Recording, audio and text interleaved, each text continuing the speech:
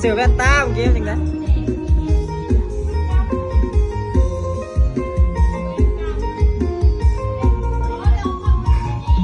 น้องงามเป็นหนึ่ง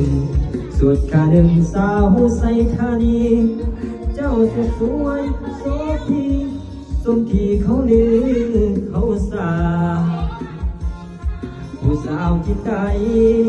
ใกล้ๆขนาดน้ำมายังไปแพ้ฝันตาสมเขาสาก้าวขานสาวใส่น้ำลืมอายบ่ลืมว่าจา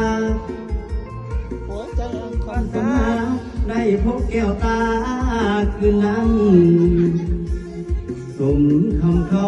ลืออายเสื้อถือความสวยงามทั้งหูพางผิวพรรณ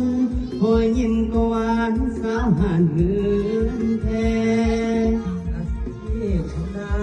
หาป่าอยู่ตามสายทางว่าจาน้องอ่อนหวานได้ฟังสถานวังแดดยิ้มงามสะสวนเด่มวนผู้คนมาแวะอยู่พักทานกันเทงามจริงแท้สาวใส่ธานีเมื่อยามจะจากอายอะไรเหือนแท้หากใจน้องบ่เปลี่ยนแปลงจะบอกพ่อแม่มาขอทันทีย่านบุญบ่สมหลงคาลมสาวใส่ธานีได้เป็นสวยน้ำใจดีถึกใจ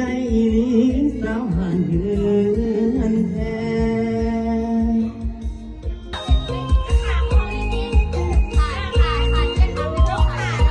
อาชีพทำนาหาปลาอยู่ตามสายทานว่าจะน้องว่าหวานได้ฟังสถานเมืองแดนยิ้มงามสักสวนแด่มวลผู้คนมาแวหยุดพานเมื่อกันแท้งามจริงแท้สาวใส่ธานีเมื่อยามจะจากอายอะไรเหือนแท้หากใจน้องบ่เปลี่ยนแปลงจะบอกพ่อแม่มาขอทันทีย่านบุญบ่สมหลงคาลมสาวใส่ธานีได้เป็นสวยน้ำใจดีถึกใจอีหลีสาวห่างเหือนแท้ขอบใจเด้อของเพลงเราเนาะ